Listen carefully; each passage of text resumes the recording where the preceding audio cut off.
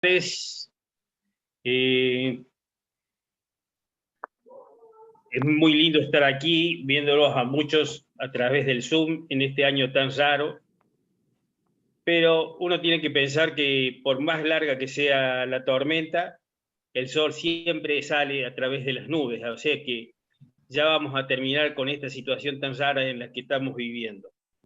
Hoy tenemos el webinar de imágenes moleculares y terapia metabólica en próstata.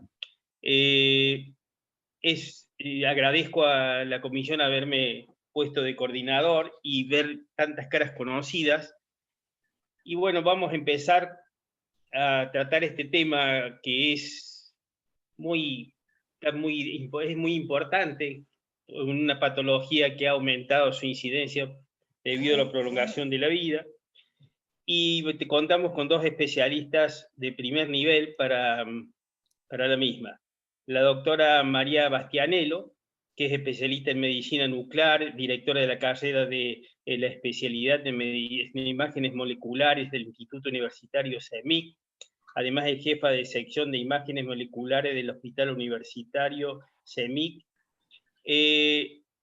Nos va a dar, y es docente además de la Escuela de Ciencias y Tecnología de la Universidad Nacional de San Martín. Y como tantas cosas, porque se ve que tiene mucho tiempo, es vocal del Consejo Asesor de la ARL. Bueno, María,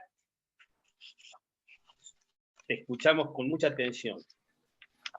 Hola a todos, muchas gracias. Gracias por la invitación de la sociedad. La verdad que un gusto estar dando esta charla. Voy a compartir mi pantalla, me dicen si vamos todo ok. ¿Vamos?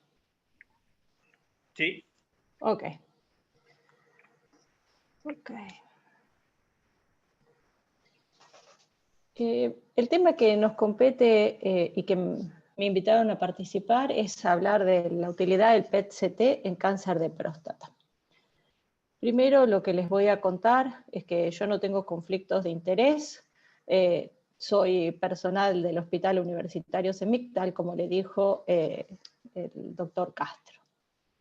¿Por qué PET-CT y PSMA en cáncer de próstata? Si nosotros miramos en el Instituto Nacional de Cáncer de nuestro país, lo publicado recientemente en el año 2018, con la tasa de incidencia del cáncer de próstata en nuestra población es del casi 20%. No es un tema menor, no es un dato menor, por lo que esto implica dentro de la población y de esta alta incidencia del cáncer de próstata y por qué desde la imagen molecular es necesario tratar de ayudar, colaborar y participar dentro de los algoritmos diagnóstico, tratamiento y seguimiento de estos pacientes. Si eso lo miramos dentro de la distribución, cada 100.000 habitantes, vemos que esto pasa casi, o llega casi al 45% esta incidencia del cáncer de próstata en la población de nuestro país. En el año 2013 nos tocó la suerte de hacer un desarrollo con fluorcolina, esto que tiene que ver con el PSMA. Tiene mucho que ver porque con la fluorcolina y el desarrollo que se hizo en nuestra institución, nosotros tuvimos la suerte de hacer varios trabajos y nos cansamos de hacer PET con colina. Y aprendimos mucho de la utilización de la colina en el cáncer de próstata, y cómo cuando estábamos súper acostumbrados a manejar la metástasis ósea con el centellograma óseo, cómo la colina nos empezó a cambiar la visión de ese paciente.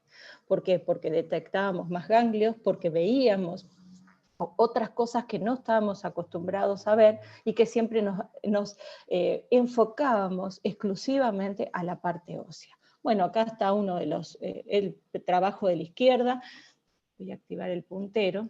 El trabajo de la izquierda es el primer trabajo que presentamos en la Sociedad de Urología, donde evaluamos los pacientes con recaída bioquímica y el uso de la fluorcolina. Y por el otro lado, del lado derecho, vemos el trabajo que presentó la doctora Viviana Reyes, que era en ese momento la residente de imágenes y que ganó el premio de la Sociedad Argentina de Radiología, donde comparábamos la elevación del PSMA y los estudios del resto de los estudios de imágenes, y ahí empezamos a ver que la imagen molecular tenía un alcance mucho más de lo esperado, y con esto nos fuimos fortaleciendo y fuimos formando parte del algoritmo diagnóstico de estos pacientes con cáncer de próstata.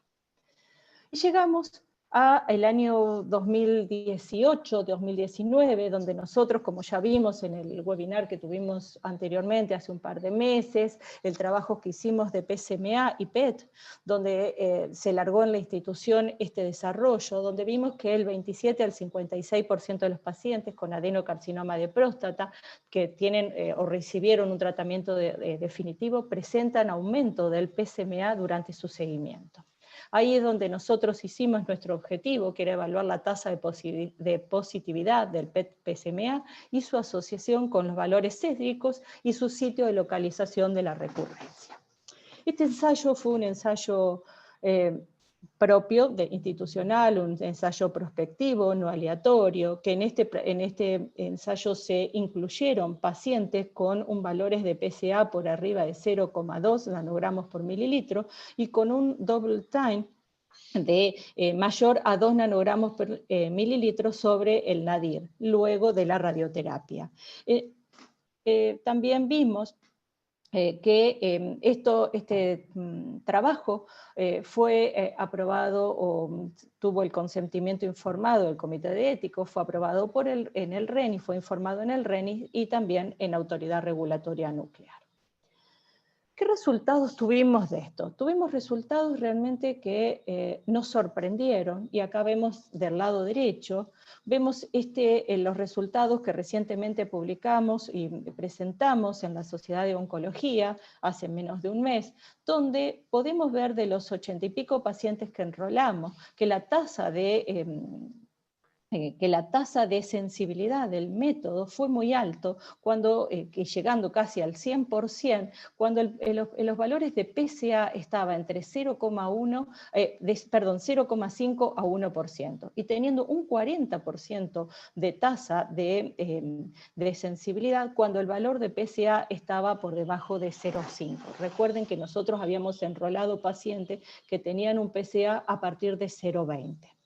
Y esto no difiere mucho de lo que está recientemente publicado, que lo cual estamos muy acostumbrados y a los que leemos y seguimos al doctor Treglia en sus desarrollos y en sus publicaciones sobre los metaanálisis. El trabajo que está de la derecha de la pantalla, este trabajo recientemente publicado de Treglia, marca de casi los mismos valores y en 57 estudios que él recolecta, marca que las tasas de sensibilidad eran muy similares a las que nosotros habíamos obtenidos en nuestro país. Si las comparamos, fíjense que él tiene casi el 50% cuando el valor de PSA estaba en 0,5 y nosotros llegamos al 40. Obviamente que acá el número de pacientes, la muestra es mucho más grande porque él analiza varios trabajos y al analizar varios trabajos la tasa de falsos positivos empieza a disminuir. Pero los resultados obtenidos en nuestro país coinciden con lo que está publicado a nivel de la literatura internacional. Y si vamos a mirar dónde recaen estos pacientes, digamos, ¿por qué es importante saber dónde recaen estos pacientes? Vemos que solo un 9% tuvieron estudios negativos, que de ese 9% los tenemos, como el seguimiento es a 18 meses, los seguimos evaluando y seguimos controlando a esos pacientes a ver si tienen alguna diferencia a medida que aumenta el PSA, que seguramente lo va a tener.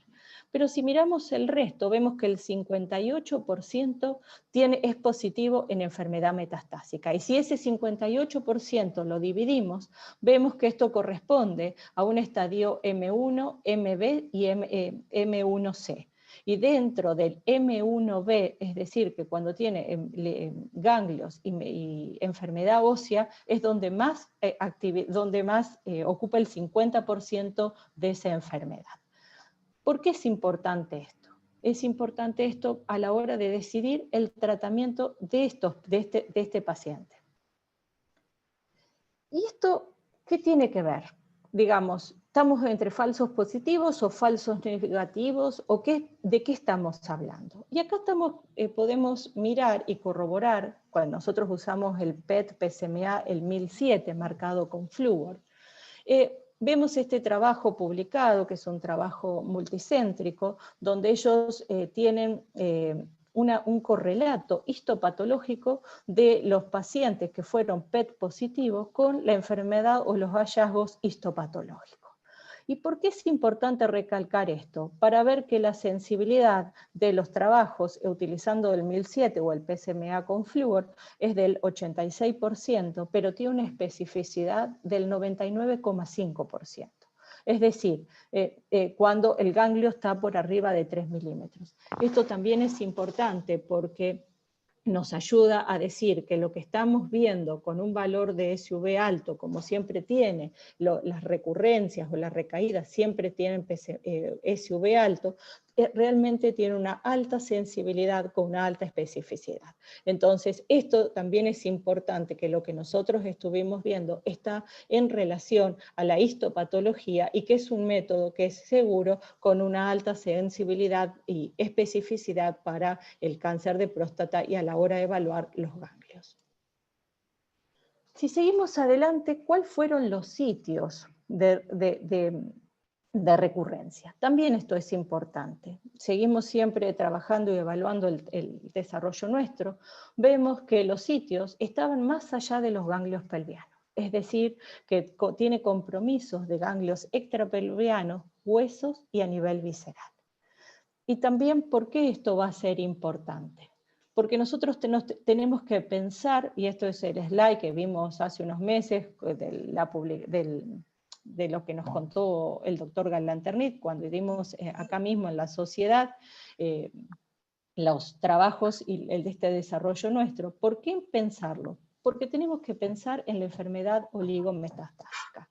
Cuando en el año 1995 se empezó a hablar de la enfermedad oligometastásica, es importante ahí saber de qué estamos hablando, porque ahí tenemos que valorar qué tratamiento le vamos a dar al paciente. Entonces, saber que tenemos un paciente que tiene recaída más allá de los ganglios, nos hace pensar en tratamientos específicos para cada una de esas metástasis. Y si sabemos que tenemos compromiso a nivel ganglionar, extrarregional, digamos, que está fuera del campo locorregional y a nivel visceral u óseo, saber qué tipo de tratamiento, a dónde vamos a acompañar a ese paciente en esa recaída que tiene, cuando ya sabemos los sitios de localización de la recaída de la enfermedad. ¿Y a dónde llegamos? Todos trabajamos en lo mismo, en la detección de la enfermedad oligometastásica. ¿Y a dónde vamos? A tratar de pensar si podemos aplicar los criterios de teragnosis.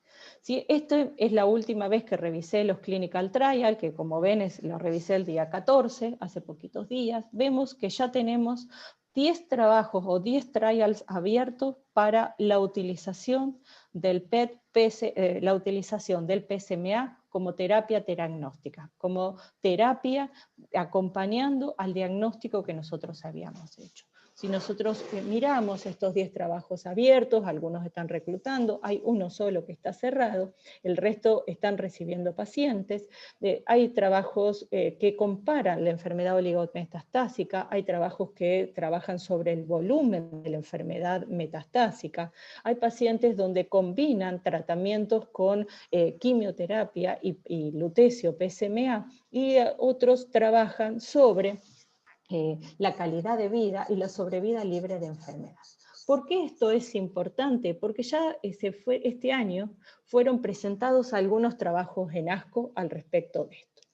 Este es un primer trabajo que fue del año 2018, un trabajo en fase 2, bueno, acá se corrieron algunas cosas, Bueno, donde ellos trabajan utilizando lutecio PSMA en aquellos pacientes que tienen recaída bioquímica, donde pueden ver que estos pacientes haciendo terapia metabólica con lutecio PSMA tienen una respuesta de casi del 50% con caída del PSA. Por eso es importante la utilización de los métodos de imágenes de lutecio, de PSMA, ya sea galio o flúor, para hacer diagnóstico, para ir acompañando al paciente, el paciente que es resistente a la castración, para ir haciendo una alternativa nueva dentro del algoritmo diagnóstico. Bueno, acá está donde ellos muestran que después de haber administrado 7,5 gigabecker, que esto está alrededor de los 200 milicurie por ciclo, tienen una caída importante del PSMA en más del 50%. Sobre 30 pacientes que ellos enrolaron, 17 pacientes, es decir, el 57%, declinó el PSA como respuesta por arriba del 50%. Esto estamos hablando, este desarrollo fue en el año 2018. Pero ¿dónde llegamos? Al trabajo que fue presentado en este año en ASCO, que es el trabajo que se llamó Vision, que lo lleva a cabo el doctor Sartor de la Universidad de Lausanne,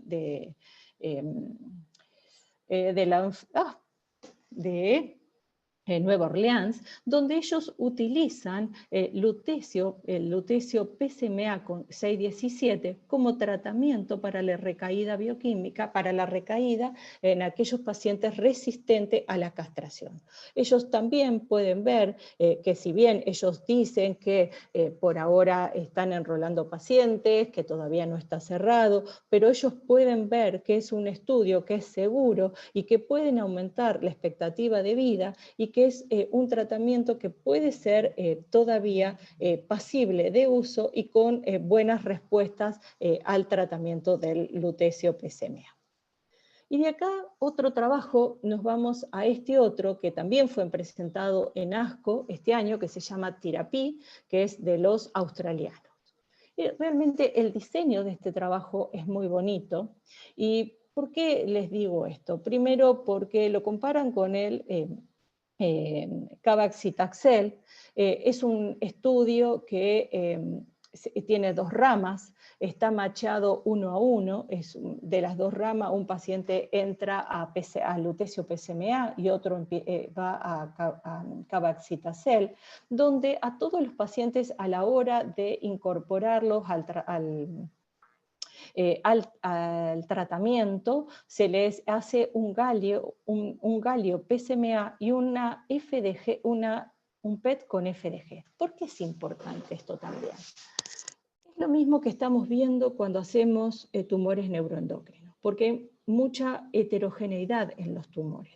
Y muchos de estos pacientes pueden presentar heterogeneidad, entonces se aseguran de que todo paciente que va a recibir lutecio PSMA es un paciente que tiene expresión de la molécula y no tiene heterogeneidad, porque esto hace que sea más fidedigno la valoración de respuesta.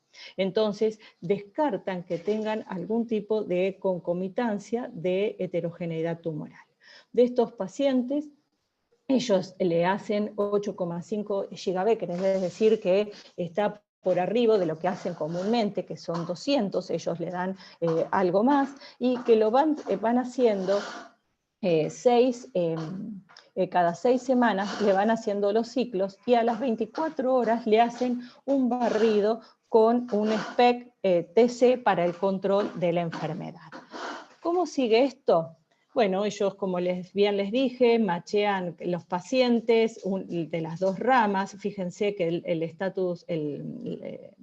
la performance de los pacientes han sido muy buena en los primeros, en su gran mayoría, que la media del PSA es muy alto, porque ellos, para enrolar, ingresan todo paciente que tenga un PSA por arriba de 20 y que tienen Gleason de alto riesgo y de riesgo intermedio. En cuanto a los efectos adversos, fíjense que los efectos adversos están en relación directa a el lutecio y a la distribución del lutecio PSMA, que son la boca seca y la sequedad ya sea de la boca o de los ojos. Pero no tiene tan marcada el resto de los síntomas como tienen los pacientes que reciben también la quimioterapia. ¿Cuáles fueron los resultados de ellos? Realmente, aquí lo podemos ver, vemos que tienen una disminución del PSA por arriba del 66% en comparación al 37% que tiene el Cabazitaxel.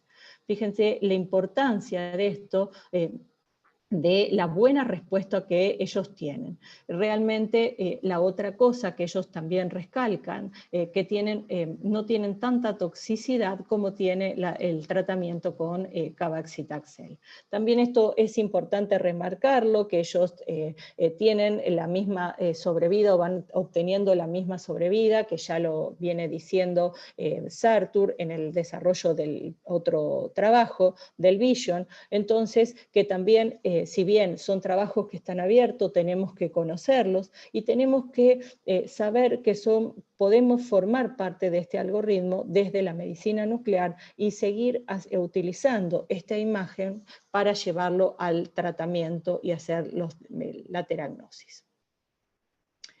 Este es un trabajo es un trabajo holandés que también va a comparar, donde va a trabajar sobre la enfermedad oligometastásica, que es esto que yo les remarcaba, la importancia de conocer y la utilización del PET con PSMA para el trabajo de la enfermedad oligometastásica. Este diseño es otro tipo de diseño, donde también son pacientes randomizados, son 58 pacientes en total, unos van a entrar a la rama de PSMA, los otros van a control, y después del final de tratamiento, el que estaba para lutecio sigue en control, y otra parte de la rama de evaluación sigue a lutecio PSMA. Este es un trabajo que todavía no empezó, pero ellos conociendo el desarrollo del Vision o del Therapy, digamos de los desarrollos de los americanos o de los australianos, empiezan a hacer el trabajo, hacer el desarrollo con PSMA, no con el 617, sino de otra empresa, para randomizar y ver el trabajo y la respuesta al tratamiento con el lutecio PSMA. A raíz de todo esto, yo voy a compartir un paciente con ustedes, por qué es importante la utilización de la imagen de PET con PSMA y por qué pensar en estos pacientes y cómo utilizarlo no solo para diagnóstico, sino para la elección del paciente a donde podemos acompañar en toda esta enfermedad por la alta tasa de incidencia que tiene este tipo de pacientes. Este paciente que les voy a presentar es un señor, un masculino de 79 años, que en el año 2004 se le hizo un diagnóstico de adenocarcinoma de próstata, era un riesgo intermedio porque era un Gleason 3+3, al inicio de la enfermedad tenía un PSA de 21 nanogramos, tratado con radioterapia 3D en su momento. En el año 2008 hace una recaída local, se le hizo HIFU en ese momento, sigue estable, pero en el 2010 empieza a elevar el PSA. Empieza un tratamiento con bicalutamida, desciende el PSA, pero después vuelve, 5 años después, a aumentar otra vez el PSA, por ende se lo pasa a Goreselim. Si bien baja el PSA, empieza una supresión androgénica con una buena respuesta, por lo cual se le agrega bicalutamida, donde después el PSA sube, no presenta mejoría. Fíjense las idas y las vueltas de este paciente y cómo empieza a sumar distintos tratamientos. Empieza a utilizarse enzalutamida solo por una semana porque hace una hepatitis tóxica con un descenso marcado del PSA que le dura 7 meses. En el año 2017, es decir, que ya lleva más de 15 años de tratamiento, empieza con DES, nuevo aumento de PSA. Aquí, como ya tiene una lesión ósea, se irradia la zona, sigue aumentando el PSA porque tiene un double time de menos de 3 meses, comienza con aviroterona, tiene una corta mejoría del PSA, es decir, que es un paciente que vemos que tiene una recaída importante bioquímica y contiene una progresión ósea por tomografía sin metástasis en muy buen estado general. En el octubre del año 2018 comienza con las dosis de radio 223.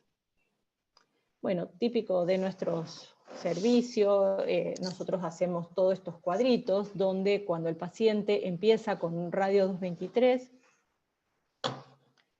aquí vemos donde teníamos, digamos, desde el punto de vista de la hematología, el paciente se encontraba bien como para recibir el radio 223 con un PSA de 84, el paciente recibe las 6 dosis de radio 223, pero entre la quinta y la sexta dosis duplica el PSA. Si bien esto, y después por ahí ya lo va a contar Isabel, esta duplicación hay que tomarla con cuidado porque puede ser parte de la ruptura, de las metástasis y la liberación al torrente del PSA, el paciente sigue con un aumento marcado del PSA, que se duplica hasta llegar a triplicarse el valor de PSA. Si vamos a ver en cuanto al resto, vemos que el paciente empieza a tener una disminución marcada de las plaquetas. Este paciente requirió, después de las dosis de radio 223, requirió reiteradas transfusiones por el decaimiento de toda la pancitopenia que tenía. Bueno, este es para marcar donde empieza el aumento del PSA, aún habiendo recibido esa batería de tratamientos y habiendo recibido radio 223. Bueno, este es el centellograma que el paciente comienza cuando nosotros lo conocemos, no era de nuestra institución, venía con múltiples metástasis, por esta razón y con estas metástasis óseas, su médico de cabecera le pide el radio 223. Este paciente estaba con muy buena performance, por eso se le inicia el radio 223. Acá vemos para la finalización, para abril del 2019, volvemos atrás, fíjense acá, abril del 2019 es esto, es donde nos empieza a cambiar, el PSA empieza a subir y el paciente empieza a tener la pancitopenia.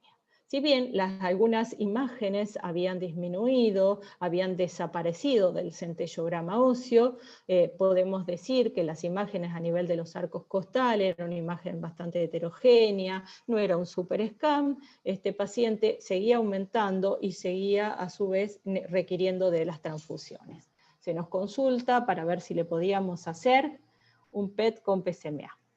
Este es el estudio de julio del 2019 del PSMA de este paciente.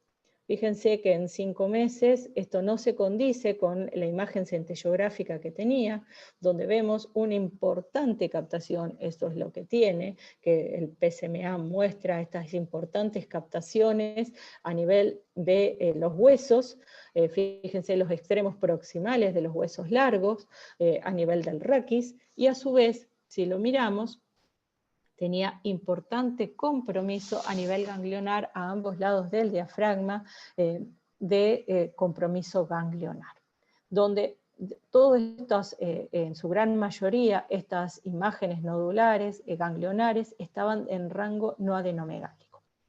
Entonces, este paciente, ¿por qué es importante mirarlo? Primero porque este estudio salió con compromiso de médula ósea. El estudio salió informado con compromiso de médula ósea de su adenocarcinoma de próstata, y esto era un estadio ya avanzado de un cáncer de próstata. Cuando nos vienen a consultar si este paciente era factible de terapia de lutecio PSMA, realmente por el estado general del paciente, yo creo que estábamos en un momento tardío como para hacerle terapia con el lutecio PSMA. Si este paciente lo hubiésemos conocido antes, creo que sí era factible cuando todavía recién tenía las primeras lesiones, que por ahí la tomografía no detectaba las lesiones, pero sí tenía compromiso ganglionar por la alta sensibilidad y alta especificidad que tiene el estudio de PSMA. A raíz de que no nos creían que tenía compromiso médula ósea, se biopsió el hueso, y acá tenemos la imagen histopatológica donde se confirma el compromiso de médula ósea, donde, como verán, las imágenes ganglionares dentro de la trabécula ósea del compromiso del paciente. Obviamente que este paciente no estaba en condiciones de recibir lutecio PSMA, se evaluó con gente de Alemania, este paciente era factible de hacer actinio PSMA. Dado que no contamos con eso, ni el paciente estaba en condiciones ya de traslado, el paciente fallece hace un par de meses atrás, pero con importante compromiso con congelamiento de la pelvis. Entonces, la importancia de haberle hecho por ahí un diagnóstico precoz de la enfermedad para no llegar a estas condiciones. Entonces, volvemos, esto es como si fuera una vuelta al futuro, no. Esto es nuestro presente. Creo que nos tenemos este artículo recientemente publicado, donde nos marca que la utilización de esta imagen, de PSMA, realmente es un cambio de paradigma. Un cambio de paradigma frente al paciente con cáncer de próstata, a la recurrencia bioquímica, y que como en el año 2016 decía que el doctor Richard Baum, que la FDG era la molécula del futuro, yo creo que el PSMA, y coincido con él, es el target, es la molécula que nos tenemos, que es nuestro presente. Yo creo que esto tenemos que ver la importancia que tiene la utilización de esta molécula con esta alta sensibilidad, alta especificidad, que tenemos que tener más desarrollos para que esta molécula ingrese adentro de los algoritmos diagnósticos y que podamos validarla, no solo la imagen diagnóstica en nuestro país, sino también la terapia. Bueno, quizás sea el complemento para el desarrollo, y así como fue el desarrollo con FDG, esta molécula creo que nos puede dar mucho más para no solo cáncer de próstata, nosotros lo hemos utilizado en otro tipo de tumores, y realmente creo que tiene una molécula prometedora que nos puede ayudar a avanzar en el diagnóstico, no solo en el diagnóstico, sino también en el tratamiento, no solo de cáncer de próstata, sino de otros tumores. Bueno, en agradecimiento a este año tan difícil, a los equipos de oncología, de genética de nuestra institución, y a lo que nos acostumbramos a todos los días a trabajar, y a esta forma de contactarnos con el resto. Muchas gracias. Gracias, María.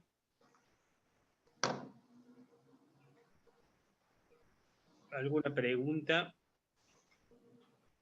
Pueden hacerla por el vía de chat.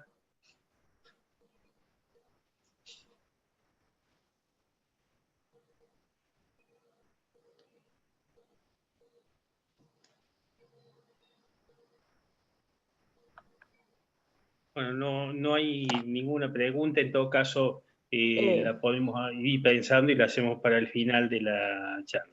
¿Mm? Sí. ¿Estamos de acuerdo, María? Sí, bueno, ahora vamos no estoy viendo el chat tampoco, perdón, pero a ver, acá. Perdón, no sé. Ahí hay una pregunta. Entonces,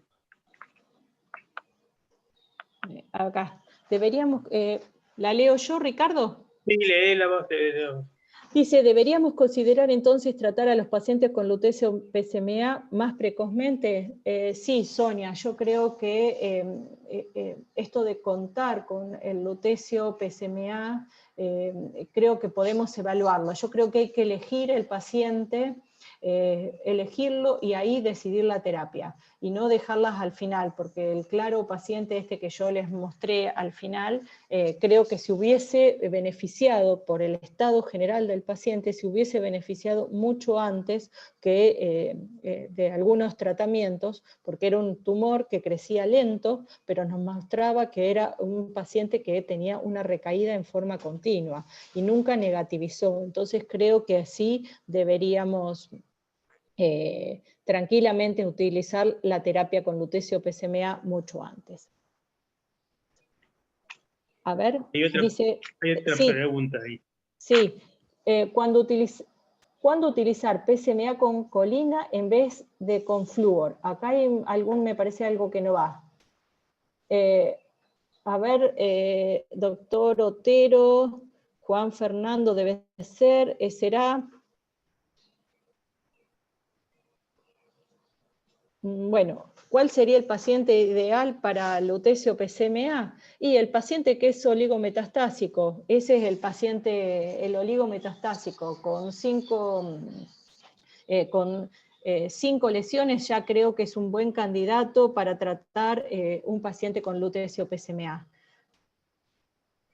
A ver, María, ¿vos pensás que la neovasculatura de tumores, por ejemplo, en los gliomas de grado 3 y 4, permitiría una diagnóstico-terapia? Sí, nosotros tenemos hecho el lutecio, tenemos PSMA flúor hecho en pacientes con glioma de alto grado para hacer diagnóstico, con una posibilidad de hacer terapia en tumores que no son resecables, y sí, utilizando el concepto de la neovasculatura, es posible utilizar este radiofármaco, no solo para diagnóstico, sino también para tratamiento.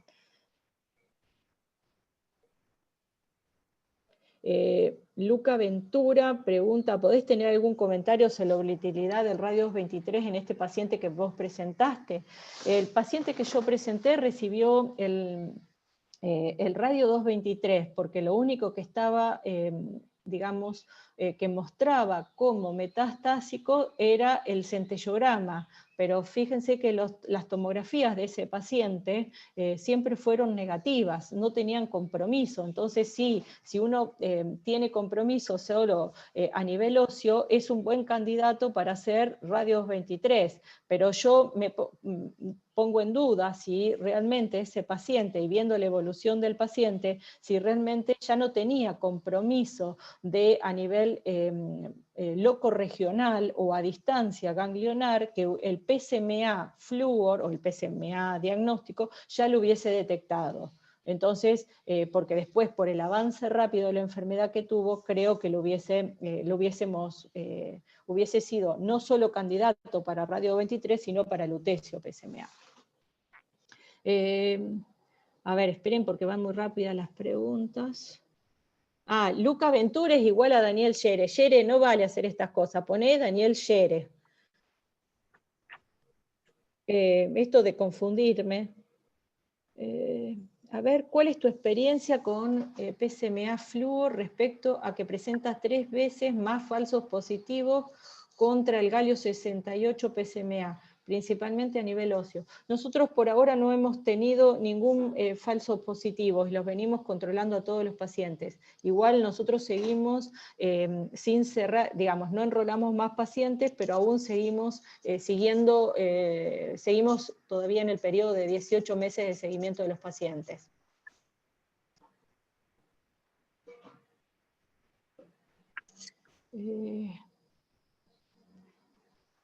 Yere me hace confundir. Yere, te quiero, por eso te perdono.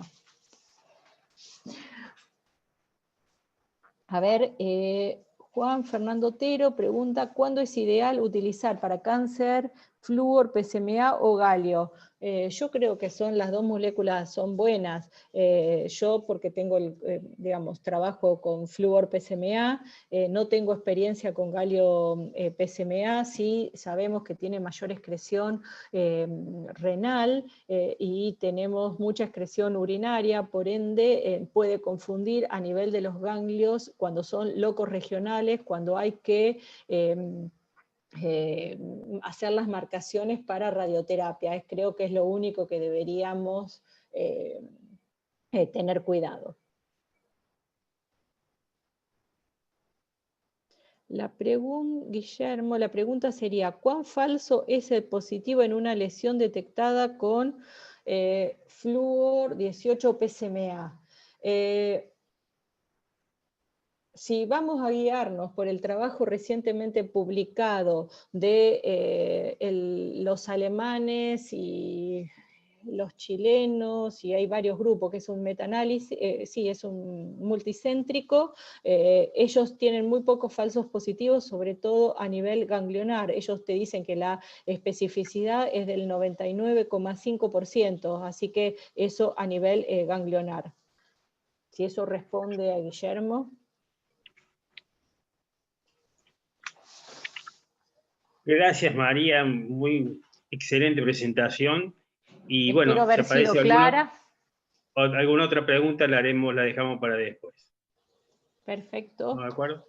Bueno, ahora vamos a seguir con la segunda parte del webinar, con la doctora Isabel Hume Brown, que es especialista en medicina nuclear, y es actualmente médica asociada del Servicio de Medicina Nuclear del Hospital Italiano de Buenos Aires y médica de planta del Sanatorio Mater Dei. Tiene antecedentes académicos y muchísimos, disertante en congresos, ha participado en muchos trabajos como autora y coautora de medicina nuclear en oncología. Doctora Isabel, la escuchamos. Bueno.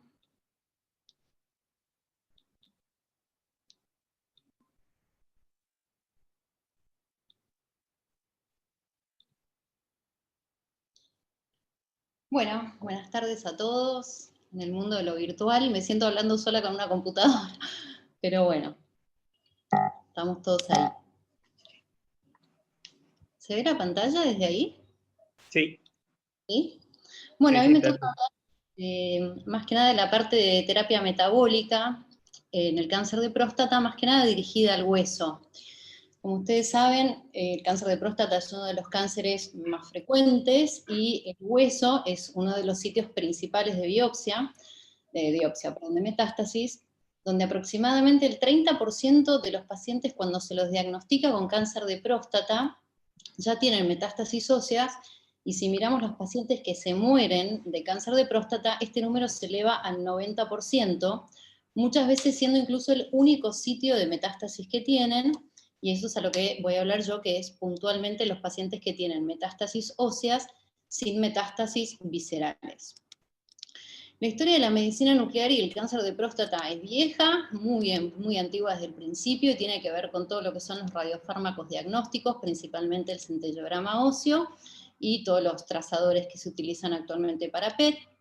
También tenemos los agentes terapéuticos, y dentro de esto los emisores alfa y los emisores beta, los beta que ya se usaron también mucho tiempo, y los emisores alfa como el radio 223, que es del que voy a hablar yo, y el concepto que hablaba María de la teragnosis, sobre todo con lo que es el PSMA. Las metástasis óseas en el cáncer de próstata se producen por todo un mecanismo, un círculo vicioso que se genera entre las células metastásicas y la activación anormal del hueso por activación patológica tanto de la formación como de la destrucción ósea de los osteoblastos y de los osteoclastos, y todo esto genera la producción de un hueso que en realidad es... Entonces, una vez que el paciente tiene metástasis óseas, estas metástasis óseas producen un aumento en la morbimortalidad del paciente, llevando a tener todos los eventos óseos relacionados con esto, que tienen que ver con el dolor óseo, que tienen que ver con el aumento de las fracturas patológicas, de las cirugías ortopédicas, de la compresión medular, de la insuficiencia renal que acompaña la hipercalcemia. Es decir, que cuando los pacientes están en estos estadios, uno de los objetivos principales, además de paliar el dolor, tiene que ver con, por lo menos, retardar o reducir la aparición de todos estos eventos óseos que están relacionados con esto. ¿Qué radiofármacos tenemos? Todos los que sean calciomiméticos, como se los llaman, ¿sí? Tenemos emisores alfa y emisores beta, que se encuentran en la tabla periódica en el mismo grupo del calcio, y actúan como calciomiméticos uniéndose a los cristales de hidroxiapatita de la matriz ósea en este hueso que se neoforma. Y desde ahí emiten su radiación. Esto es común tanto a los emisores alfa como a los beta. Si aplicamos el concepto de teragnosis, en estos casos, lo que vamos a ver es que el agente teragnóstico sería el centellograma óseo con MDP. Es decir, que al ser un calciomimético, estos radiofármacos se van a ir a fijar exactamente a los mismos lugares donde nosotros vemos captación de MDP. Bueno, muy bien. ¿Dónde se deposita el radio? Se deposita en la superficie del hueso que se está neoformando, metastásico por supuesto, y desde ahí emite su radiación alfa. Pero si ustedes se fijan, al emitir la radiación alfa también tiene un efecto citotóxico sobre las células tumorales. Entonces se cree que tiene un doble efecto, inhibir la formación del nuevo hueso metastásico y a su vez irradiar a las células tumorales. Si comparamos los emisores alfa con los emisores beta que se usaban antes, lo que vamos a ver como principal diferencia es el rango que tiene la partícula alfa con la beta. La beta, al ser mucho mayor, lo que va a generar es irradiación de la médula ósea, y eso va a llevar a un perfil de efectos adversos hematológicos que el emisor alfa no tiene, porque su alcance es muy cortito. Y además tienen diferencia en la transmisión de energía. Las partículas alfa tienen alta transferencia lineal de energía y las beta baja. Y el efecto que genera esto, la diferencia, como pueden ver, es el efecto sobre la cadena de ADN. Las partículas alfa producen una doble ruptura de la cadena de ADN, las beta, por su bajo LED, producen una ruptura, y por lo tanto la capacidad de regenerar el daño producido por la radiación es mucho menor cuando uno genera la doble ruptura. Y además tienen diferencias en la energía. Si más o menos miramos la energía del radio, es aproximadamente de 5.60, la media, ¿no? 5.64 MeV comparado con lo que puede ser el estroncio o el samario, que son mucho más bajas. Es decir, por lo tanto, y resumiendo, las partículas alfa, al tener un alto LED, producen doble ruptura de la cadena de ADN con menor probabilidad para poder reparar el daño celular, un menor rango de penetración y una mayor energía. Esto nos da un mejor perfil de efectos adversos, un efecto citotóxico antitumoral, y por lo tanto demostraron, a diferencia de las beta, un aumento en la sobrevida global.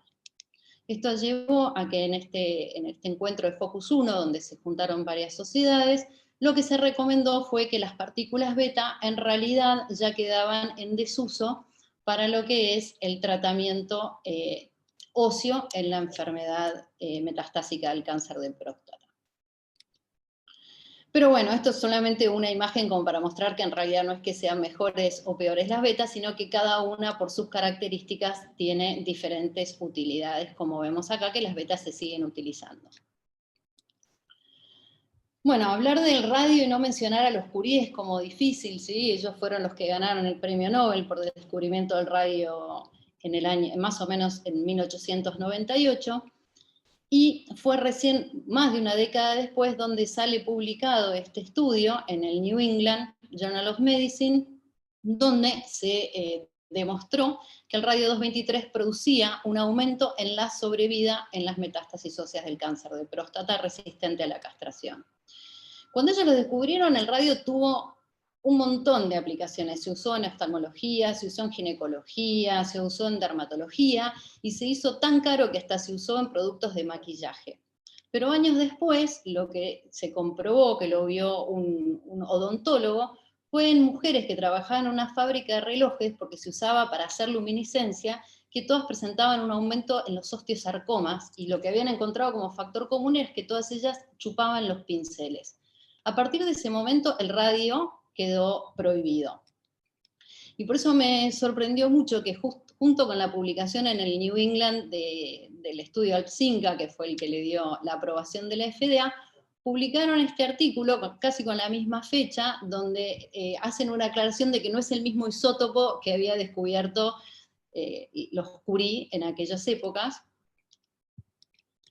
y que en realidad el radio 223 tenía un mucho mejor perfil en cuanto a lo que es la vida media y su decaimiento, porque tiene 11 días de vida media y decae a un plomo estable en vez del radio 226, que era el que había sido prohibido en esa época, que tiene 1600 años de vida media y que decaía a radón, que es volátil. Así que no es el mismo, radio 223, no es el mismo radio.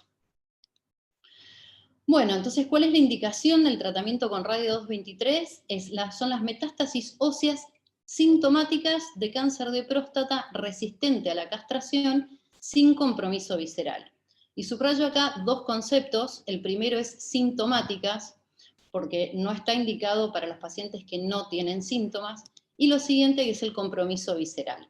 Lo único que fue aceptado fue que tuviera ganglios que tuvieran menos de 3 centímetros en su eje axial.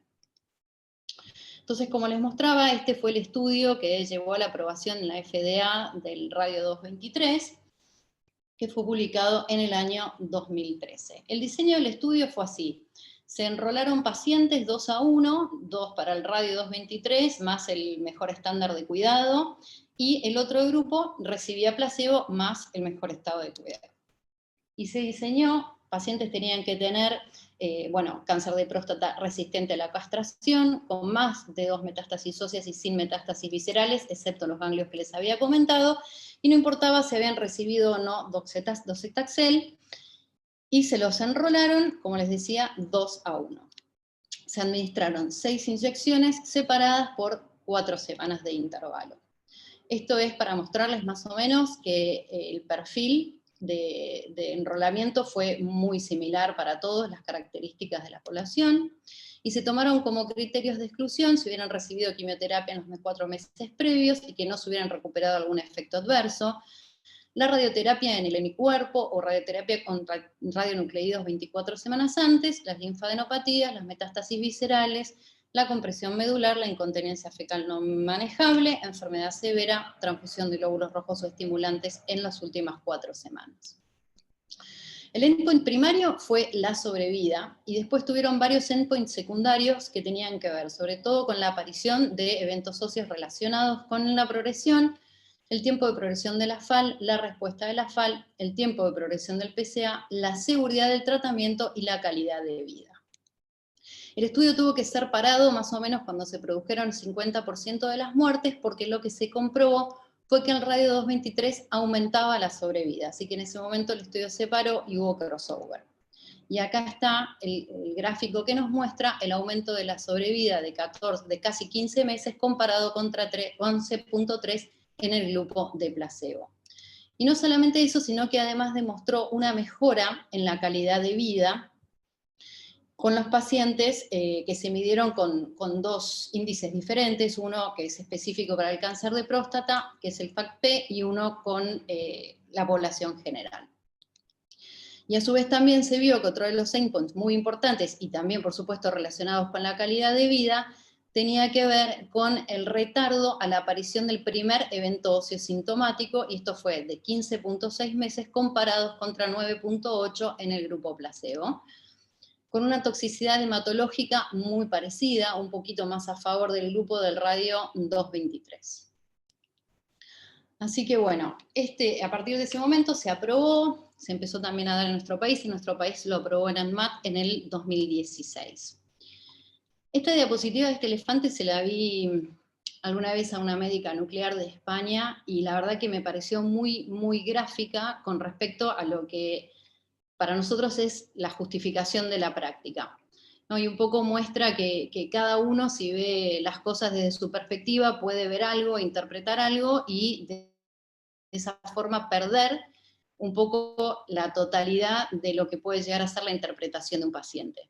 Y esto tiene que ver que a veces por ahí los oncólogos o los urólogos, cuando indican un tratamiento, bueno, esto de que por ahí el médico nuclear tenga también que dar su aval, ¿no? Que no somos simplemente que nos derivan pacientes y hacemos, sino que nosotros también evaluamos a los pacientes, requiere, desde mi punto de vista, una muy buena comunicación como para no generar dobles mensajes a los pacientes y para estar de acuerdo, porque son pacientes que, a diferencia de los que estamos acostumbrados a tratar, estos son 6 ciclos, son casi 6 meses, son pacientes que son muy avanzados, por ahí un poco diferente a los que estamos acostumbrados a tratar con yodo para el cáncer de tiroides, que en general los vemos poco tiempo, que no son pacientes que están tan mal, no la mayoría, por supuesto.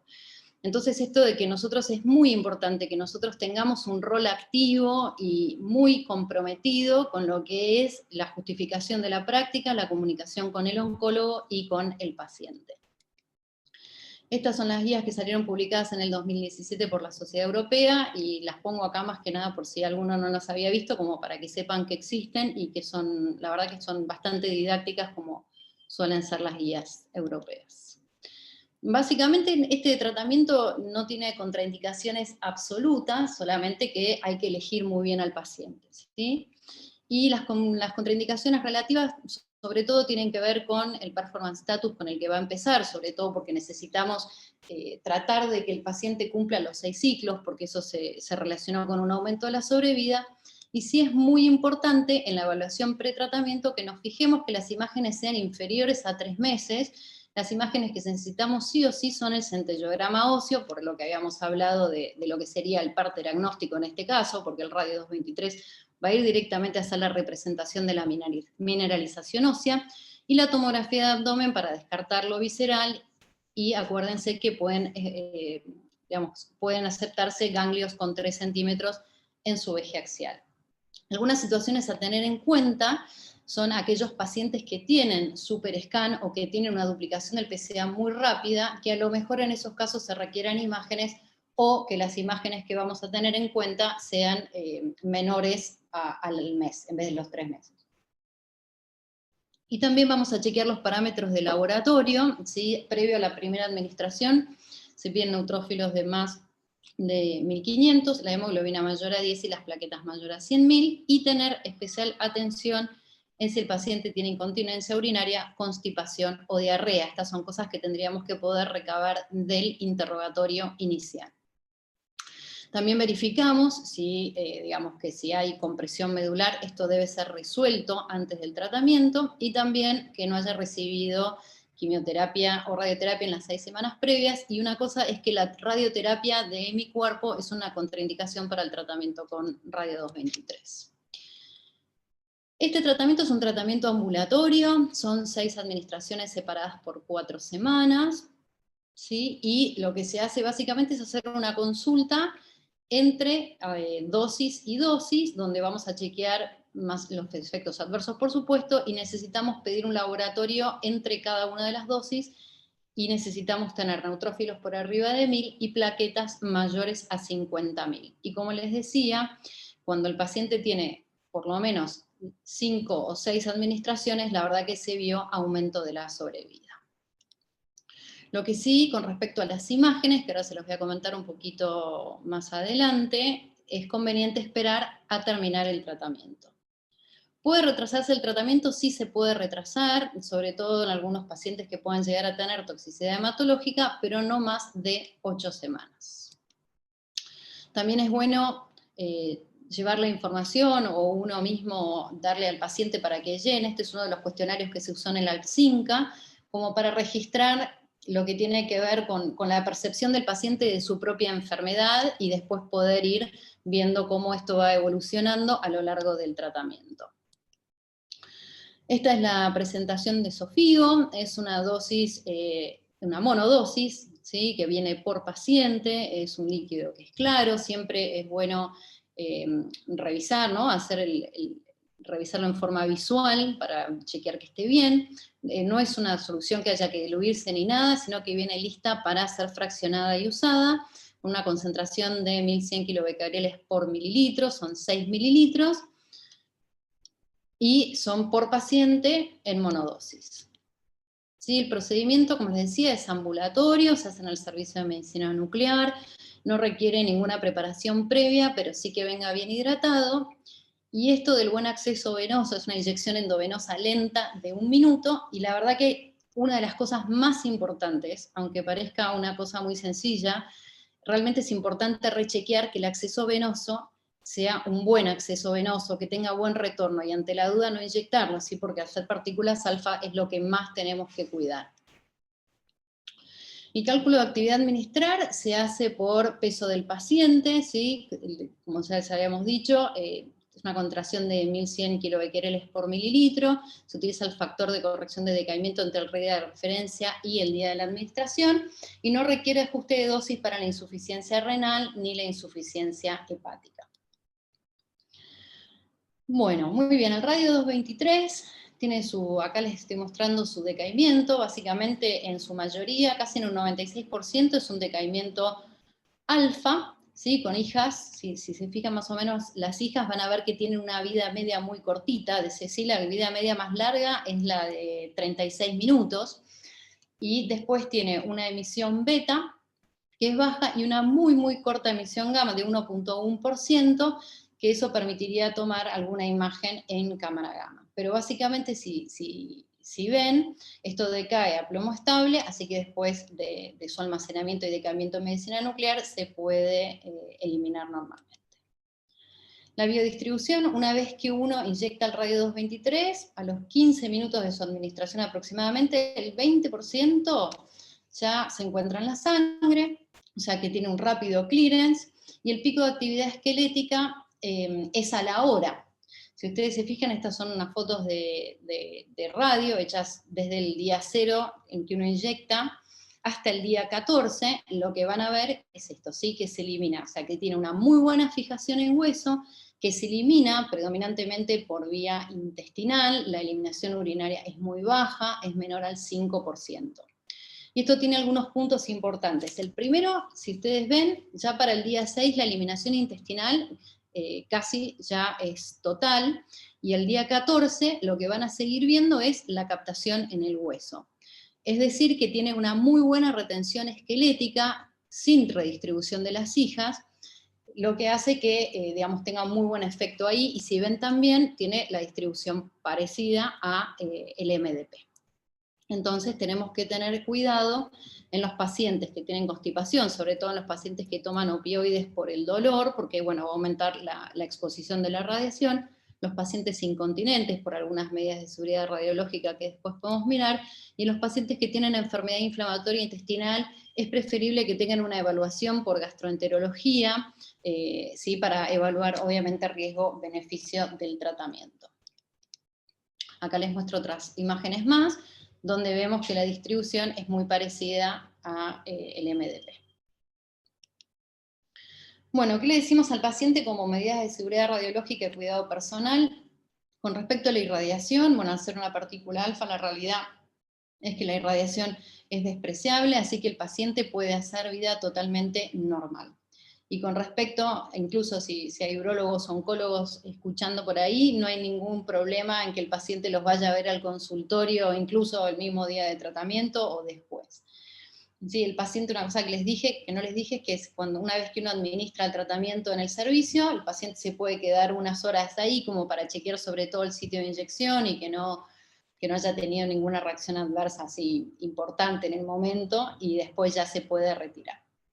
Y con respecto a la eliminación del radiofármaco, habíamos dicho que la principal vía de eliminación es por vía intestinal, así que lo que más hacemos hincapié es en la higiene personal, con respecto al baño, la ropa, lavarse las manos, tirar la cadena, bueno, las mismas cosas que usamos para el yodo. Y con respecto, hay algunos pacientes que pueden llegar a ser incontinentes, y en ellos es sobre todo el momento más importante para hacer más hincapié en lo que tiene que ver, no sé, si usan pañales, en la forma de lavarse las manos, o si tienen personas que los cuidan, que usen guantes también para manipular estas cosas, sobre todo esto durante la primera semana. Y eventualmente evaluar si el paciente llegara a requerir colocación de sonda para hacer el tratamiento. Y después se utilizan medidas de contracepción por 6 meses y el uso durante una semana. Con respecto a los efectos secundarios, tenemos los hematológicos y los no hematológicos. Los más frecuentes son los no hematológicos, y en esto tiene que ver con la diarrea, los náuseas y los vómitos. La diarrea es una diarrea que en general es autolimitada, o sea que la diarrea no sería tanto el problema, sino que muchas veces, y esto es importante hacer hincapié, son pacientes que son añosos, y lo que les puede llevar es a un estado de deshidratación. Entonces lo más importante en ellos es explicarles bien que si la diarrea aparece, lo más importante es que mantengan un buen estado de hidratación, y cualquier cosa obviamente que consulten. Y con respecto a la toxicidad hematológica, bueno, como habíamos dicho, hay que hacer un laboratorio de control entre dosis y dosis. En general uno lo puede hacer 10, 15 días antes de dar la siguiente dosis, pero es importante tener en cuenta que esto, si bien es una recomendación, puede uno necesitar hacer análisis de laboratorio con más frecuencia, sobre todo en aquellos pacientes que tienen superscan o que, por ejemplo, recibieron docetaxel primero y que tuvieron toxicidad con la quimioterapia. En esos pacientes por ahí uno tiene que estar un poco más encima, por ahí hay que hacer más laboratorios de control. En caso de que tuviera, dentro de los efectos adversos más comunes está la trombocitopenia, pero también puede producir leucopenia, también puede producir anemia. Así que eso es importante seguirlos. Si hay que utilizar alguna medida como por ejemplo una transfusión para que recupere los valores de los glóbulos rojos, se pueden utilizar. Obviamente avisarle al paciente que frente a la presencia de cualquier sangrado o fiebre también tiene que consultar para descartar que no sea un efecto adverso relacionado con esto. Y en el caso de que te presente efectos adversos, acuérdense que se puede esperar hasta 8 semanas para hacer la aplicación, que no necesariamente tiene que ser 4, como para tratar de no suspender el tratamiento, porque cuanto más lleguemos a la quinta y sexta dosis, más posibilidades le damos de aumentar la sobrevida. A una situación que esta es la que mencionaba María, que la verdad que es la que más nos hace pensar, y que está descrita en estos pacientes, tiene que ver con la exacerbación del dolor que puede llegar a tener el paciente y con el aumento del PSA. Y esto es lo que fue descrito como fenómeno de Flair, que no es exclusividad del radio 223, sino que también está descrito para otras terapias sistémicas. ¿Qué se dice que es el Flair? El Flair no tiene todavía una definición consensuada. Hay varias, pero básicamente es un fenómeno de exacerbación clínico con el dolor y de aumento del PSA. ¿Qué sería el Flair del PSA? La definición más aceptada es el aumento del valor del PSA con su descenso posterior por debajo de lo que había aumentado, del basal. Tampoco está muy bien dada la explicación, hay varias teorías, una de esas podría ser que al producirse, como habíamos visto al principio, destrucción de la célula tumoral, bueno, también se produzca liberación del PSA por la destrucción de estas células. Ahora, sí es importante tener en cuenta que en general el fenómeno de Flair se produce después de las primeras administraciones. Ya cuando el fenómeno de Flair se produce hacia el final de las administraciones, quinto, sexto ciclo, ahí ya uno tiene que empezar a pensar, ¿no? Porque uno en general diría, bueno, aumentó el PSA, no, el PSA en esta instancia de la enfermedad, en cáncer resistente a la castración, pierde este valor. Y esto también es importante transmitírselo al paciente que siempre está pendiente del PSA. Entonces, tener mucho cuidado cuando estas cosas aparecen, porque uno dice, ¿suspendo o no suspendo el tratamiento porque el paciente está con dolor o porque tiene aumento del PSA? Bueno, la respuesta es si eso es solo no, pero sí hay que tener mucho cuidado, ver qué curva viene haciendo PSA, en qué momento del ciclo esto aparece, o si es un ascenso continuado y progresivo, en cuyo caso ahí uno tendría que sospechar progresión. Hacer un centellograma óseo cuando se da esta situación es un poco complicado, porque uno puede mismo ver este fenómeno de Flair que se produce por el aumento de la regeneración osteoblástica. Entonces yo lo que diría es, mirarlo bien, no hay que, digamos, dejarlo de lado, sino que hay que tener en cuenta, si uno ve la exacerbación del dolor del PSA, seguirlo muy de cerca. No es un criterio único de suspensión del tratamiento, y frente a la duda o al aumento sostenido, ahí en esos casos por ahí se considera hacer alguna imagen adicional.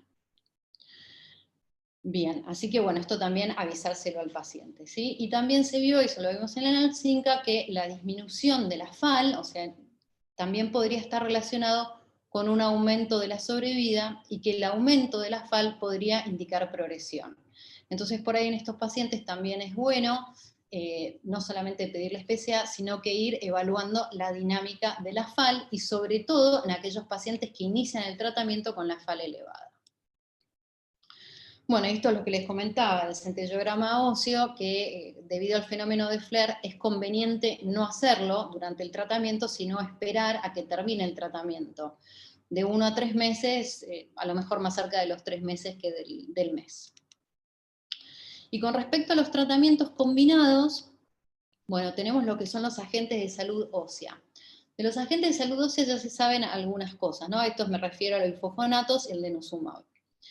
Lo que se vio en el ALPSINCA cuando se hizo un análisis post-hoc del estudio fue que los pacientes habían tenido, eso ya lo habíamos visto como endpoint secundario, que habían tenido un retraso en la aparición del primer evento óseo, y cuando se hizo un análisis secundario se vio que incluso los pacientes que habían recibido tratamiento con agentes de la salud ósea todavía habían prolongado más el retardo de la aparición de estos eventos óseos.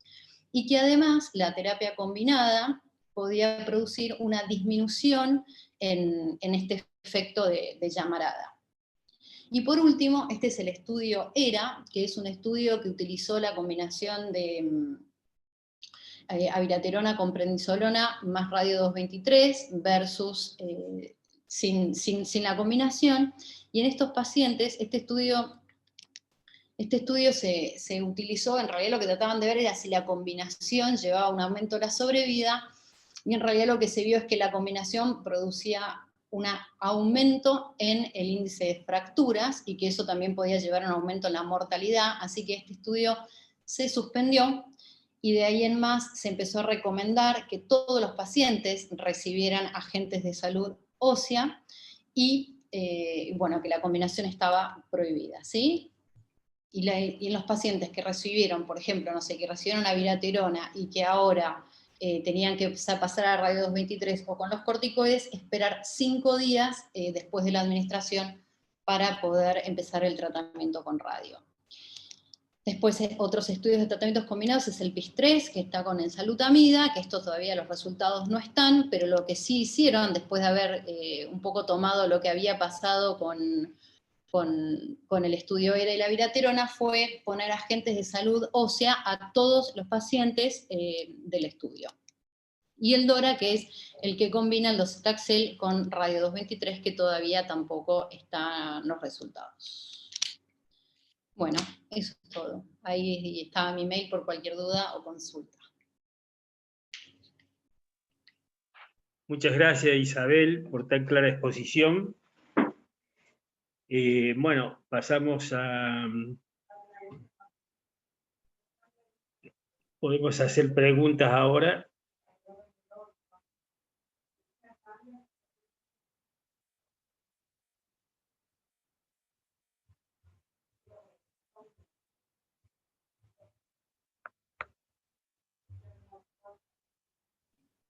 Yo no sé, por ahí si hacemos un comentario justo del paciente que había comentado María con el paciente que había recibido radio 223, ¿no? Me estuve fijando ahí algunas cosas, y sí, él tenía aumento sostenido del PSA hacia el final de tratamiento, también con incremento de la FAL, así que sí, muy bien sospechada la progresión fuera del hueso, me parece, ¿no? Y la importancia de tener en cuenta el fenómeno de llamarada, pero también tampoco minimizar el aumento del PSA y la probable progresión, ¿no? Sí, Isabel, ese paciente, vos fíjate que duplica el valor de PSA entre la quinta y sexta dosis. Y ahí se le suma que él empieza con la pancitopenia. Entonces, eso es lo que hizo que se empezara a sospechar, y el centellograma que se hizo como 4 o 5 meses después, el centellograma había negativizado gran parte de las imágenes. Ahí fue la sospecha. Sí. Sí, la importancia por ahí de cuando uno utiliza un método por ahí un poco más sensible, que por ahí uno puede llegar a ver compromiso medular, que eso también, ¿no? También puede generar mayor toxicidad y bueno. Hay una pregunta del doctor Camilo García. Si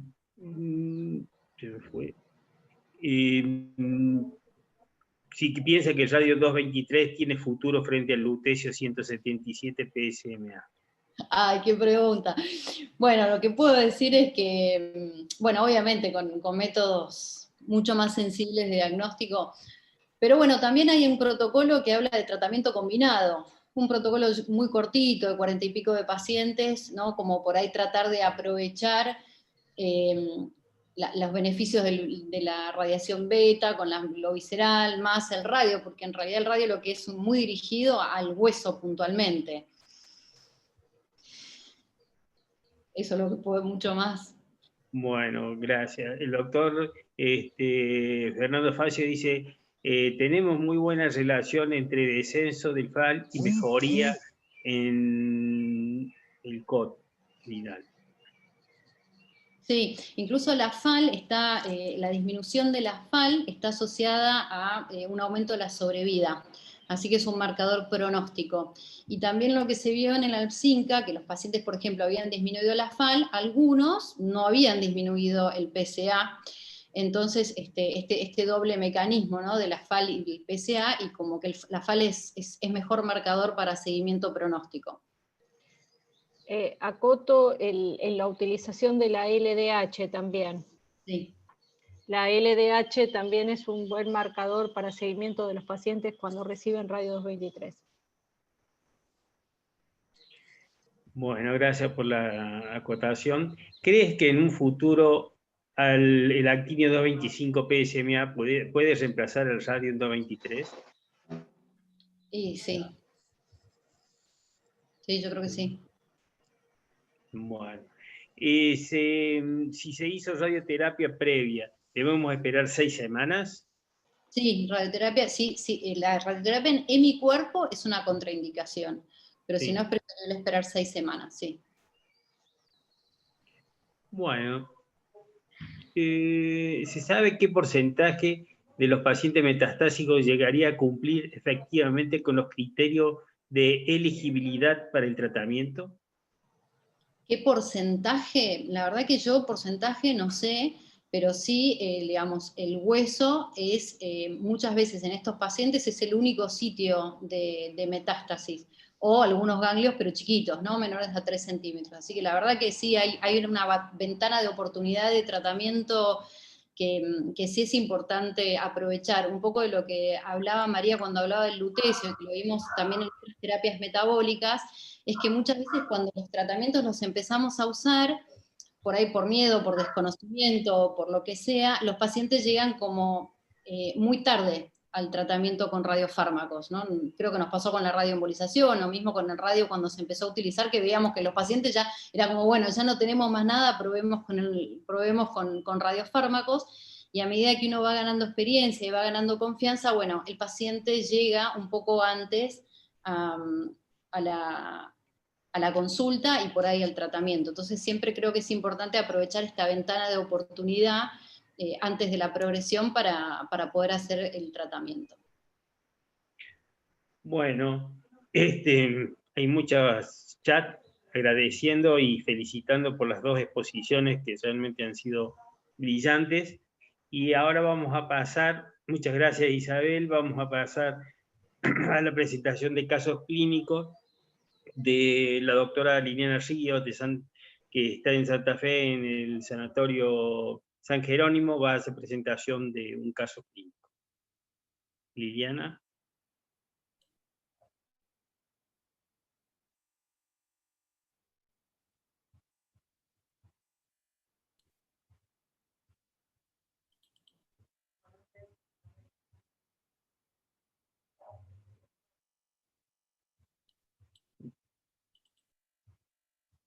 No se escucha. Ahí está.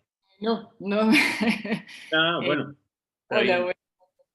bueno, yo voy a complementar un poco lo de Isabel, presentando este caso clínico de un paciente que tratamos este año. No sé de dónde agrandar.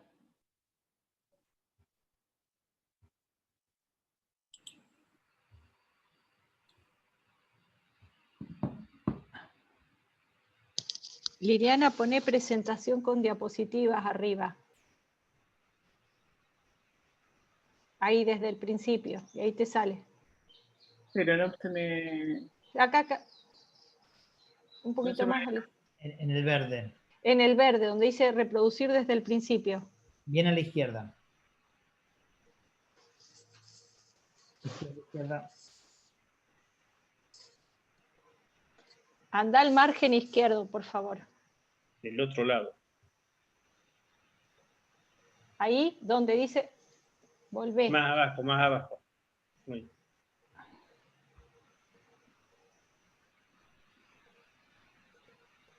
Más a la izquierda, ahí. Un poquito más.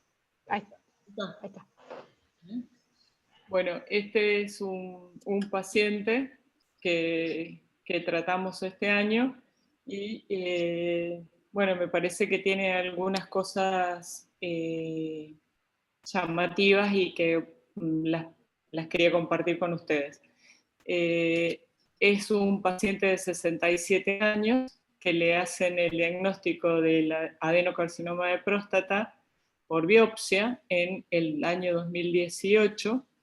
Es un Gleason 9, su PSA de inicio es de 5,5 y el tratamiento inicial es con docetaxel, zoledrónico y supresión hormonal con Degarelix. El paciente completa su tratamiento. Esto fue en diciembre del 2018, cuando le hacen el diagnóstico, y en enero del 19, o sea, al mes del tratamiento, tiene una lesión en un centellograma óseo, una lesión osteoblástica a nivel de L3, y que fue confirmada con biopsia, y esa lesión fue a nivel del pedículo. Una sola lesión ósea. Esto es un resumen de cómo fueron evolucionando sus PSA. Él en diciembre del 2018 empieza con 5,5, en marzo del 2019 tiene 32,5 y en enero ya tenía una metástasis ósea. En agosto del 2019 su PSA baja a 12,10, él está en tratamiento con el docetaxel y la supresión hormonal con el Degarelix, y en septiembre del 2019 tiene un PSA intratratamiento de 27, sube a 27,61. Entonces, en ese momento, cuando tiene 27,61, no, en marzo del 2019, con su PSA de 32, acuérdense que en enero del 2019 tuvo la lesión osteoblástica, en marzo del 2019 su PSA sube a 32 y se le pide un PET colina con ese PSA de 32. Y las lesiones que se encuentran son a nivel de la próstata, con hipercaptación, en múltiples lesiones óseas. Estamos a marzo del 2019 y él fue diagnosticado en diciembre del 2018. Y dentro de las lesiones target, bueno, la próstata con 5,6 y a nivel de L3, que era la lesión ósea que habían detectado en el centellograma óseo, con un sub de 7,3. Pero él seguía con su tratamiento del docetaxel. En septiembre del 2019, cuando su PSA es de 27,61, entonces se cambia el tratamiento a abiraterona y prednisona por considerar el aumento del PSA. Entonces empieza con un nuevo tratamiento con un PSA de 27,61. En abril, eso es septiembre, y se mantiene en el 19 con ese valor del 27,61. En febrero del 2020 sube a 42,40 y en marzo del 2020 a 62,70. Entonces, en marzo se decide, se lo considera resistente al tratamiento a la castración, entonces se suspende la viratenona, la viraterona y se indica el tratamiento con radio 223, y antes de eso se le pide una restadificación antes de empezar el radio con petcolina. Y en abril del 2020 se le hace el estudio de petcolina, en donde se ve, porque él tenía unas adenopatías. Claro, se ve la remisión de las adenopatías y de la actividad a nivel prostático y una progresión a nivel ósea. En este caso, la parte ósea con mayor actividad de captación eran el esternón y el sacro. En abril es cuando él empieza con el tratamiento con radio, teniendo, según el petcolina, solamente lesiones óseas, pero múltiples. Esta es la imagen en donde se ven las múltiples lesiones óseas que comprometían todo el esqueleto axial, y empieza en esta situación, en este estado, empieza el tratamiento con radio. En abril empieza la primera dosis, y antes de eso le hicimos un centellograma óseo. El centellograma óseo mostró lo que, más o menos igual que lo que mostraba la colina, y en abril del 2020 se hace la primera aplicación de radio. En esa aplicación el paciente en realidad no refería dolor, tenía un PS de 0, él podía realizar todas sus actividades, no tenía otros síntomas, tenía un hemograma normal, una hemoglobina normal, las plaquetas normales, un PSA de 105, que había aumentado, y una fosfatasa alcalina de 1146. El hepatograma y la función renal fueron normales. Se le hace la segunda dosis, en donde el paciente está en muy buen estado general, no refiere dolores óseos, algunos síntomas de dolor óseo lumbar, pero que él los calmaba con ibuprofeno, ningún otro síntoma, y el laboratorio, el hemograma sigue normal, las plaquetas siguen normales, el PSA baja, que no sé si ese PSA es muy real, pero bueno, está hecho todo en el mismo laboratorio, y sí se ve un descenso de la fosfatasa alcalina de 1146 a 865 en la segunda dosis. El hepatograma es normal y la función renal es normal. Y en la tercera dosis el paciente sigue en muy buen estado general, pero ya manifiesta un poco más de molestias de dolor a nivel de la columna lumbar, pero sin requerir analgésicos de tipo opiáceos, sino que con ibuprofeno lo podía tolerar. No tiene otros síntomas, los glóbulos rojos se mantienen más o menos, baja un poco la hemoglobina, pero se mantienen estables, las plaquetas también, el PSA vuelve a aumentar y la fosfatasa alcalina sigue bajando, hepatograma y función renal normal. Justo cuando él termina la tercera dosis, porque la primera fue en abril, la otra fue en mayo, la tercera fue en junio, el paciente se hace un PSMA que fue indicado por... No fue indicado para controlar la evolución del tratamiento, sino que fue indicado porque lo venían tratando los urólogos y los oncólogos, y fue indicado para correlacionarlo con la colina.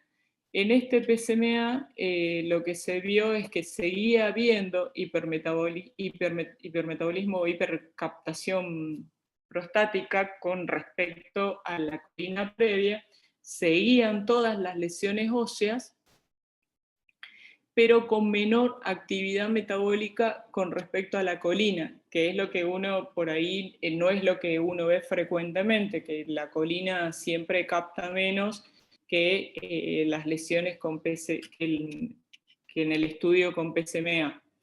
Las imágenes, bueno, este es el PSMA, ahí no se nota mucho la diferencia, pero en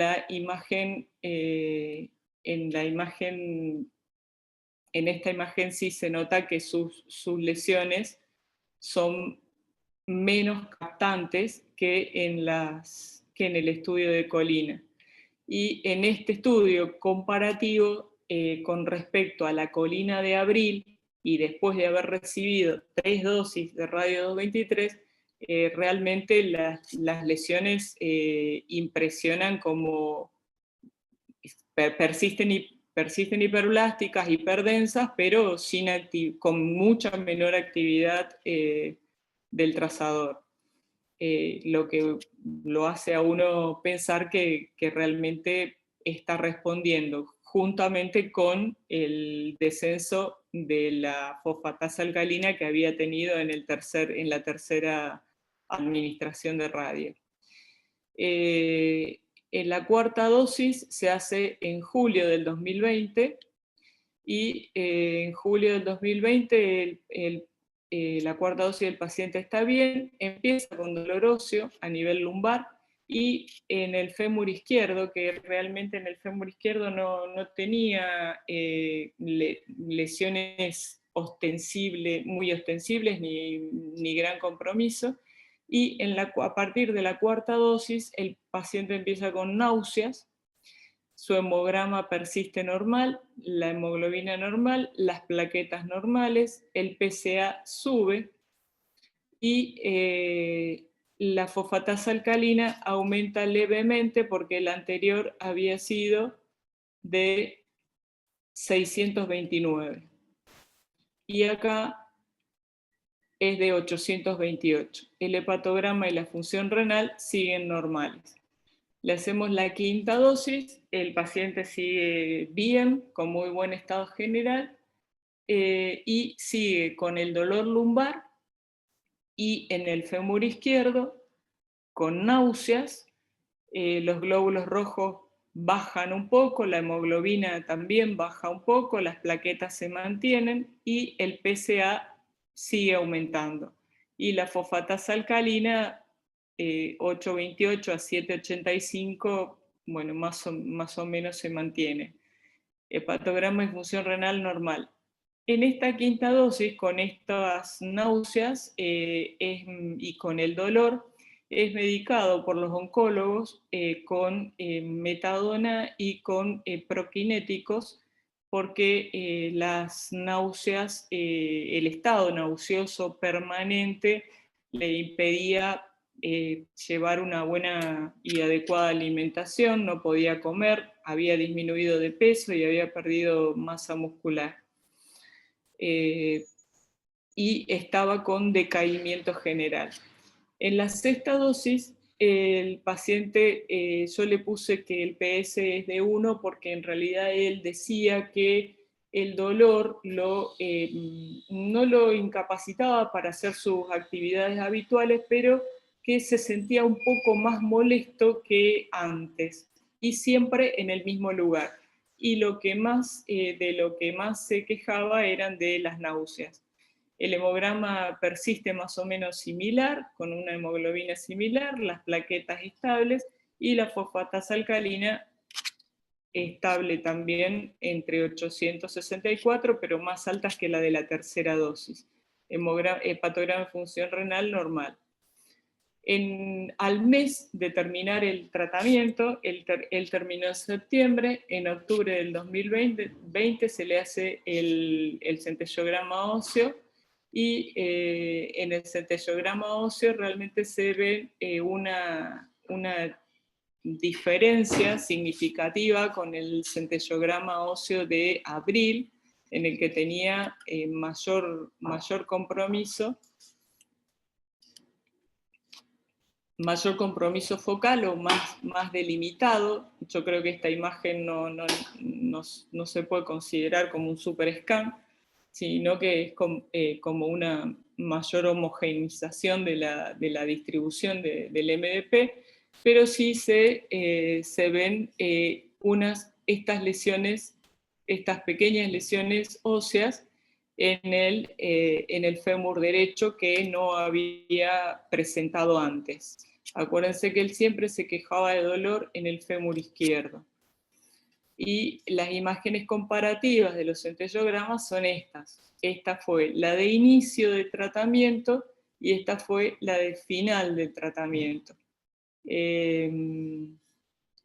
Después podemos charlar. Yo no creo, a mí me parece que la parte del esqueleto axial es una mejoría. Esto es nuevo, y obviamente, pero que esto es como una mejoría de estas lesiones. Y en noviembre del 2020, el paciente hace tratamiento con bloqueo, ya terminó el tratamiento con radio y empieza con el bloqueo hormonal, continúa con el dolor óseo. Siempre el dolor es en el mismo lugar, columna lumbar y fémur izquierdo. Y continúa con las náuseas, sí, está efectivamente inhibido, y porque tiene siempre testosteronas muy bajas. Su PSA aumenta a 636, y la fosfatasa alcalina se mantiene estable. Se bajó hasta la tercera administración de la dosis, y después se mantuvo siempre entre 800 unidades internacionales, más o menos. En este momento el paciente los oncólogos empiezan a tratarlo con metadona, con prokinéticos y con ibuprofeno, y en realidad su estado general no mejora. Solo nosotros tenemos esas imágenes para pensar que sí había mejorado. En diciembre del 2020 el paciente está bien, continúa con dolor lumbar y en el fémur izquierdo, presenta síntomas muy subjetivos, como de poca concentración, y que los mismos oncólogos se preguntan si no podrían ser por la metadona que le estaban dando, y entonces esa medicación se suspende y aumenta como aumentó este PSA en noviembre, que aumentó a 636 desde el último PSA que teníamos, que era 203 en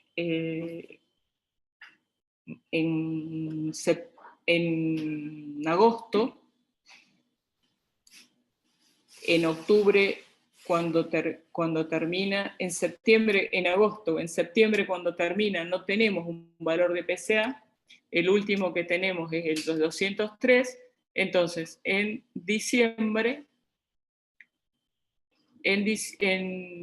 noviembre, cuando lo ve la oncóloga con un PSA de 636, lo considera, y con las lesiones en el fémur izquierdo nuevas, lo considera progresado, y decide suspender toda la medicación y reprogramarlo para quimioterapia endovenosa.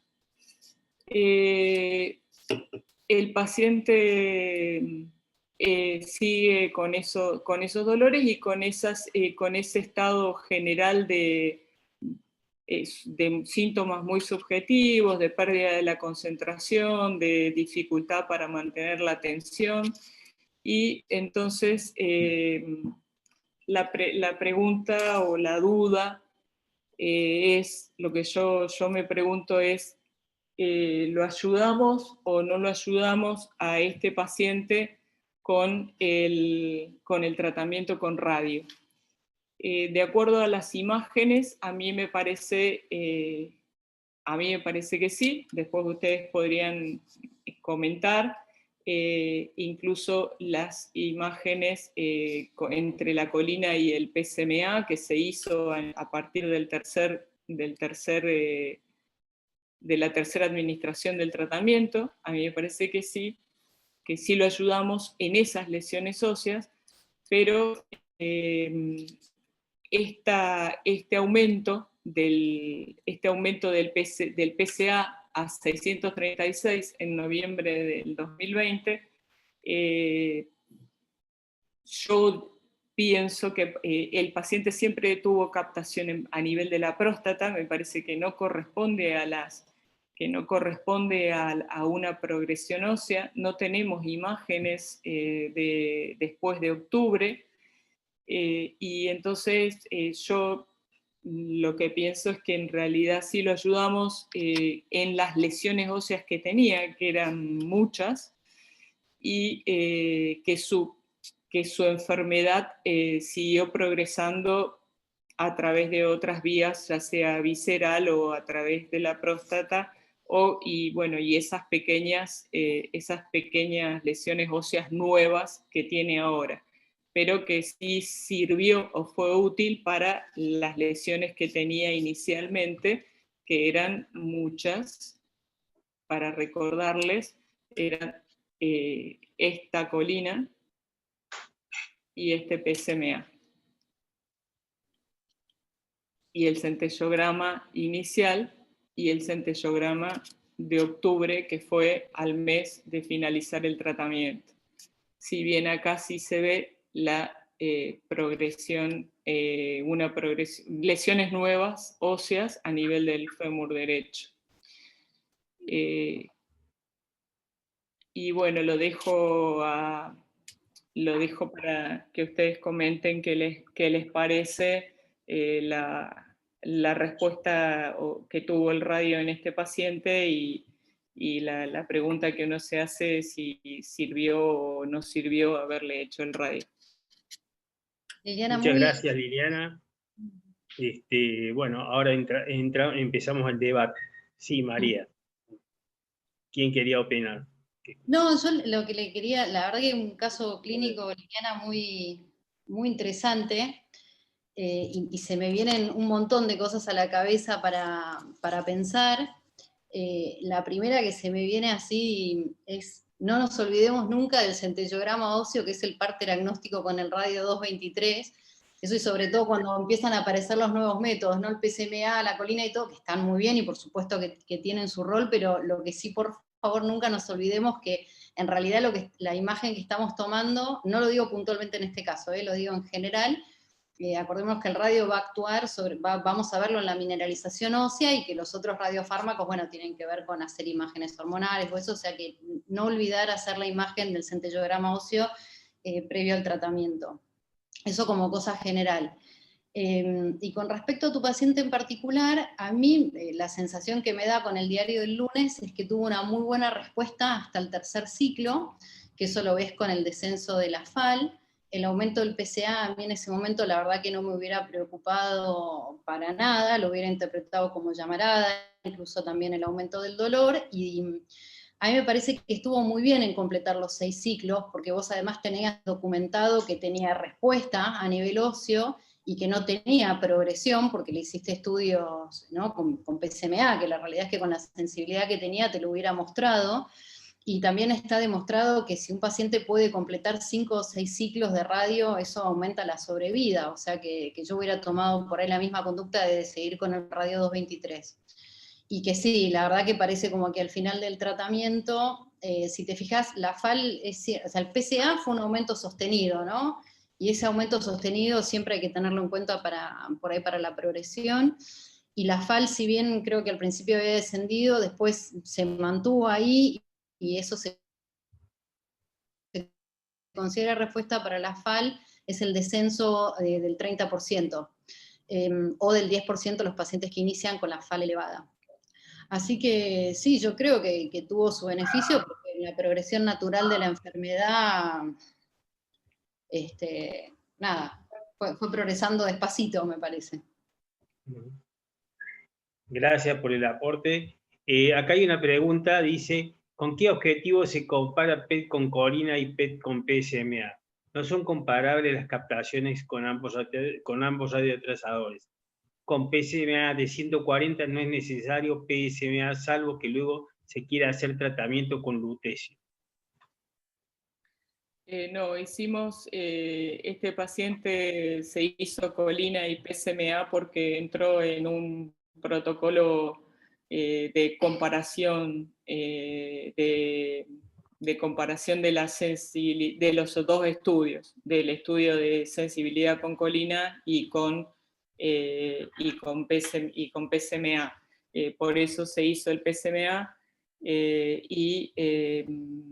pero bueno, no sirvió, sí, no son comparables totalmente, comparto, pero sí creo que uno puede estimar si la colina, por lo que ya hemos visto en todos los estudios con colina, que la colina siempre nos muestra menos lesiones y nos muestra menos actividad de captación, y el PSMA mostró menos actividad de captación y se interpretó como que había una respuesta, pero sí, no fue una indicación, para controlar la enfermedad. Bueno, gracias. ¿Alguna pregunta más? ¿Algún comentario? Bueno, en honor a la hora que ya estamos en los últimos minutos, les quiero agradecer a la Asociación Argentina de Biología y Medicina Nuclear por habernos permitido todo este año, a pesar de todas las dificultades y todas estas rarezas que hemos vivido, hacer todas estas webinars que han sido muy, muy concurridas, y esta siendo la última del año. Esperamos que el año que viene seguir con estas charlas. Les quiero hacer recordar también que tenemos el Congreso de Biología y Medicina Nuclear para fines de abril, así que hay que prepararse para eso. Les agradezco a todos y a todas el haber participado. Ambas disertantes fueron brillantes las alocuciones que dieron, y el caso clínico estuvo muy bueno. Muchas gracias por todo, y recordemos que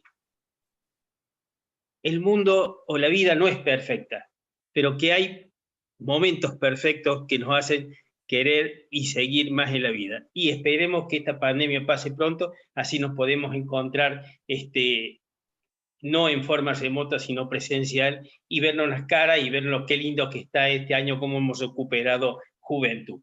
Muchas gracias a todos y espero que les haya servido.